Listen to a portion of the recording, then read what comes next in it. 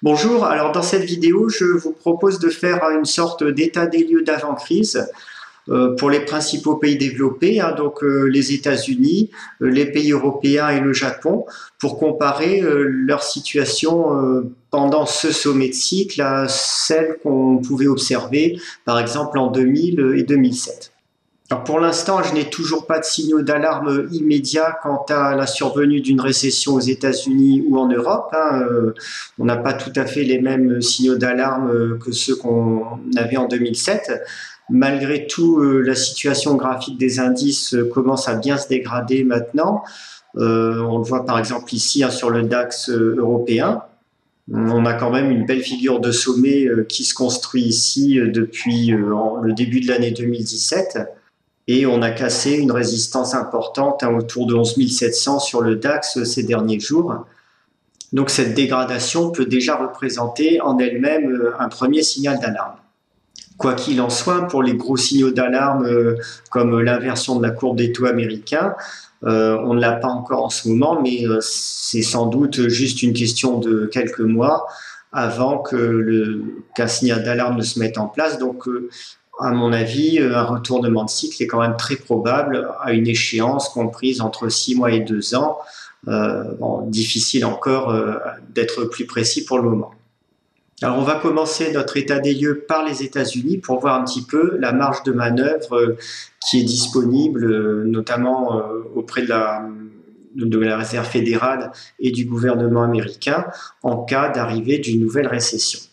Donc, vous voyez, en 2000, les taux de la Réserve fédérale étaient autour de 6,5%.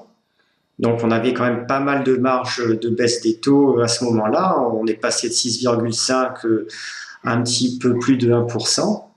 En 2006-2007, les taux de la Réserve fédérale étaient à 5,25. Et là aussi, ça fait quand même une bonne marge de baisse, puisqu'ils sont passés de 5,25 à 0 ensuite. Et on peut remarquer, aujourd'hui, les taux commencent à remonter effectivement, mais on est seulement à 1,9% en ce moment. Donc, si une nouvelle crise se produit, la marge de manœuvre de la Fed en termes de baisse des taux sera quand même à peu près 3 fois moins importante qu'elle ne l'était en 2000 et 2007. Du côté du budget américain maintenant, donc du déficit budgétaire, alors, au sommet du cycle de 2000, donc des années 90 en 2000, le sommet de la bulle Internet, on avait en fait un excédent budgétaire aux États-Unis. Le budget américain était excédentaire de 2% du PIB. Ça a permis au gouvernement américain d'avoir une bonne marge de manœuvre pour laisser filer ses déficits à la suite de l'implosion de la bulle Internet. On a des déficits qui sont remontés aux alentours de 3,5% du PIB. Ensuite, on a eu un cycle de croissance. Le déficit américain est retombé ici aux alentours de seulement 1% du PIB. Et ça a permis là aussi une grosse marge de manœuvre. Le gouvernement a complètement laissé filer son déficit. Mais il n'a pas vraiment profité du cycle de croissance en cours pour réduire son déficit. On est en ce moment, on prévoit en 2018 par exemple, un déficit public supérieur à 4% du PIB, c'est-à-dire plus qu'au plus fort de la crise de 2002-2003. Donc là encore, on a des marges de manœuvre budgétaires du gouvernement américain clairement réduites par rapport à ce qu'elles étaient sur les deux précédentes crises. En termes de dette publique, on voit également la réduction de la marge de manœuvre. On était donc au début des années 2000 et même en 2007, on était autour d'un niveau d'endettement de 60% du PIB. On est maintenant au-delà de la barre des 100%. Donc là aussi, en cas de nouvelle crise, si le gouvernement veut tenter des plans de relance massifs, il va encore devoir augmenter très fortement sa dette. Et il a moins de manœuvres qu'il n'en avait en 2000 et 2007 pour cela. Sur la zone euro maintenant, alors vous voyez ici la courbe des taux d'intérêt de la Banque centrale européenne. On était au sommet du cycle de la fin des années 90, donc fin 2000, à un taux proche de 5%, 4,75%. Et en 2007, on était à un niveau de taux de 4 à 4,25%. Donc la Banque centrale européenne avait une marge de manœuvre et à chaque récession, elle a baissé ses taux d'environ voyez ici, on a baissé les taux de 2,5, 2,7%, et là on est carrément passé de 4% à 0% en 2016. Depuis, les taux sont à zéro, donc marge de manœuvre totalement nulle pour la BCE. Si une nouvelle récession arrive, elle n'a absolument aucune réserve d'action à ce niveau-là. L'autre grosse différence entre la situation actuelle et la situation de 2007, c'est que les divergences entre les pays d'Europe du Sud et d'Europe du Nord se sont beaucoup creusées depuis une dizaine d'années. Vous voyez qu'ici, à l'entrée de la crise 2008-2009, il y avait très peu de déséquilibre sur les balances Target 2, qui sont des balances qui résument les échanges entre les différents pays d'Europe. Alors qu'en ce moment, on a accumulé un énorme excédent ici du côté de l'Allemagne et un déficit de plus en plus important du côté de l'Espagne et de l'Italie. Alors qu'il faut rappeler, on est en plein cycle de croissance et que théoriquement tout va bien. Les spreads de taux entre l'Allemagne et l'Italie maintenant, qui étaient quasiment nuls en 2007, vous voyez, on avait des spreads de taux de seulement 26 points de base. Ils se sont là aussi beaucoup creusés, le spread a beaucoup augmenté après le pic ici observé pendant la crise de la zone euro, au-dessus de 4%. On est quand même remonté ces derniers temps. Vous voyez en Italie, on était à 2,4 en juin 2018. En fait, maintenant, on est plutôt autour de 3% sur les dernières semaines. Donc là aussi, si une nouvelle crise se déclenchait, on arriverait dès le départ avec un niveau de tension et d'inquiétude entre les différents pays de la zone euro beaucoup plus important qu'il ne l'était en 2007.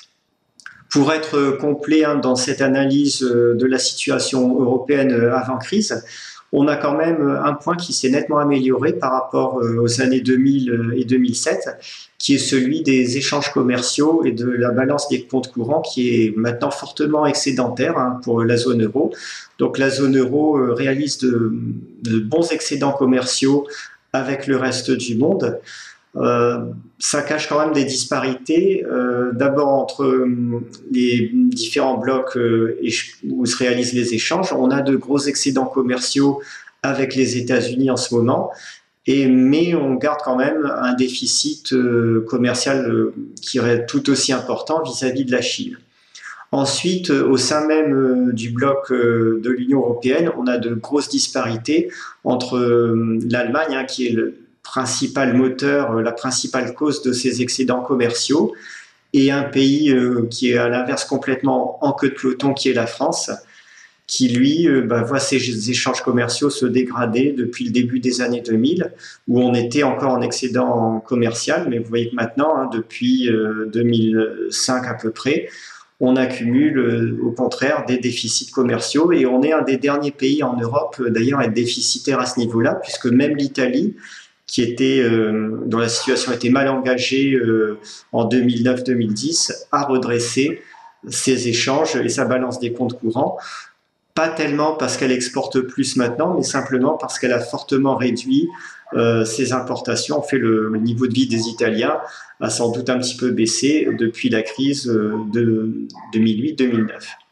Maintenant, au niveau du Japon, donc là, la situation est simple. Les taux sont à zéro depuis très longtemps pour cette banque centrale. Quasiment depuis la fin des années 90. Donc là, pas de changement par rapport aux deux crises précédentes. Par contre, le fait nouveau, c'est que la Banque centrale du Japon est engagée depuis 2011 ou 2012 dans une politique de quantitative easing et d'expansion intense de la taille de son bilan, qui est toujours en cours en ce moment, même si ça a un petit peu ralenti ces derniers mois. Et c'est un fait qu'on n'avait pas sur les crises précédentes. Il faut savoir qu'en ce moment, la Banque centrale du Japon rachète massivement à la fois donc des obligations d'État japonaises. Elle détient maintenant plus de 40%, d'après les derniers chiffres que j'ai, c'est 41 à 42% des obligations d'État japonaises. Donc en ce moment, c'est le principal acheteur de toute la dette émise par le Japon. Et elle rachète aussi maintenant directement des paniers d'actions, donc des sortes de trackers de l'indice Nikkei, donc des actions japonaises, et elle se retrouve parmi 10 plus gros actionnaires de 40%, vous voyez ici, des sociétés japonaises cotées en bourse. Alors ce modèle de croissance de la dette publique japonaise semble apparemment défier toute logique économique, puisqu'on en est aujourd'hui, vous le voyez, à environ 250% du PIB, alors qu'on est aux alentours de 100% en France ou aux États-Unis. Et on n'a pourtant, malgré cette croissance, jamais eu de soucis particuliers au Japon. Alors c'est vrai que, en théorie, du moment que le Japon, comme ça, peut emprunter à des taux voisins de 0%, il peut augmenter sa dette quasiment sans limite, puisqu'il ne paye pas de taux d'intérêt dessus, il n'y a pas de souci à ce niveau-là. Jusqu'ici, ce qui a permis cet accroissement de la dette sans inquiétude des marchés, a été le fait que donc, les ménages japonais, il y avait une forte demande intérieure de la part de ménages japonais qui voulaient épargner, donc qui ont acheté de la dette publique japonaise. Maintenant, on est à un point de bascule. En fait, la population japonaise vieillit de plus en plus, donc on a de plus en plus de Japonais qui quittent leur période active et qui arrivent à la retraite où ils vont plutôt avoir tendance à revendre leur épargne, donc à solder des obligations japonaises. Pour compenser cela, comme je vous l'ai dit, on a tout simplement la Banque centrale du Japon qui maintenant rachète directement au gouvernement japonais toutes les obligations qu'il émet. C'est simplement une forme moderne de planche à billets, ça a déjà été testé dans le passé à de nombreuses reprises. Et le phénomène peut durer tant que le marché va garder confiance dans la Banque centrale japonaise et dans la monnaie émise par l'État japonais. Maintenant, comme je vous dis, toutes les expériences de planche à billets du passé se sont soldées par un échec jusqu'ici. Donc je ne vois vraiment pas de raison objective pour dire que ça finira différemment pour cette banque centrale japonaise et pour l'État japonais qui finance comme ça des déficits publics qui dépassent couramment 5% du PIB chaque année. Au niveau des déficits publics, justement, on est en ce moment aux alentours de 4,5% du PIB, donc une situation un peu plus dégradée qu'elle ne l'était en 2007 ici, où on était aux alentours de 2,5 à 3% du PIB, mais un peu meilleur que, on va dire, à la fin des années 90, où on avait vraiment un déficit public considérable qui était le reste de l'implosion de la bulle japonaise fin des années 80. Enfin, dernier point qui à mon avis est essentiel aussi, c'est la croissance de la dette globale à l'échelle mondiale. On était en 2007, vous voyez ici, à 149 trillions, donc ça fait 149 000 milliards de dollars. On est aujourd'hui à 233 000 milliards de dollars, donc 233 trillions. Donc un niveau qui est quand même beaucoup plus élevé qu'il ne l'était en 2007 et encore bien plus qu'à la fin des années 90, évidemment. En termes de dette globale, d'après les derniers chiffres, on était à 247 trillions de dollars, donc 318% du PIB mondial, donc au premier trimestre 2018. Et le système économique mondial se trouve donc aujourd'hui beaucoup plus fragilisé par cette dette qu'il ne l'était en 2007 et évidemment encore plus qu'en 2000. Donc clairement, la conclusion de toutes ces données, c'est qu'aujourd'hui, on peut dire qu'on va aborder la prochaine récession, le prochain retournement de cycle, avec des marges de manœuvre donc des banques centrales, des gouvernements, qui est beaucoup plus faible qu'elle ne l'a jamais été jusqu'ici, que ce soit en 2000 ou 2007. La marge de manœuvre est quasiment nulle pour la Banque centrale européenne et la Banque du Japon. Elle est très réduite au niveau des États-Unis et avec un niveau d'endettement bien plus fort qu'il ne l'était en 2000 et 2007. Donc à mon avis, c'est tout à fait logique de penser que la prochaine récession, la prochaine crise sera beaucoup plus puissante qu'elle ne l'a été en 2000 et 2007. Un autre élément qui fait que cette crise s'annonce à mon avis beaucoup plus grave, c'est la nature de la bulle qui gonfle donc depuis le début des années 2010. En 2000 et 2007, on avait des bulles bien identifiées. En 2000, c'était la bulle Internet. 2007, c'était la bulle de crédit américain. Là, on a des bulles diffuses, mais vraiment le thème qui est au centre de la bulle, c'est la confiance dans les banques centrales. Depuis 2009, tous les décideurs et opérateurs économiques voient les banques centrales comme les principaux chefs d'orchestre du cycle de croissance qui a eu lieu. Donc, quand celui-ci va se retourner, logiquement, c'est la question de la confiance dans ces banques centrales qui va être posée.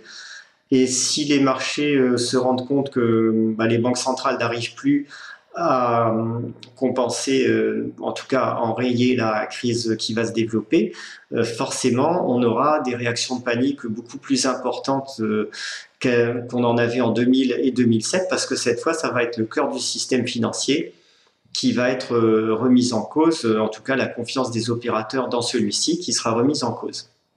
Voilà pour ce point de la situation. Donc vous voyez qu'en ce moment, en termes de rapport bénéfices et risques, on est de plus en plus déséquilibré, avec un potentiel de hausse restant qui se limite à un horizon de l'ordre de 6 mois à 2 ans.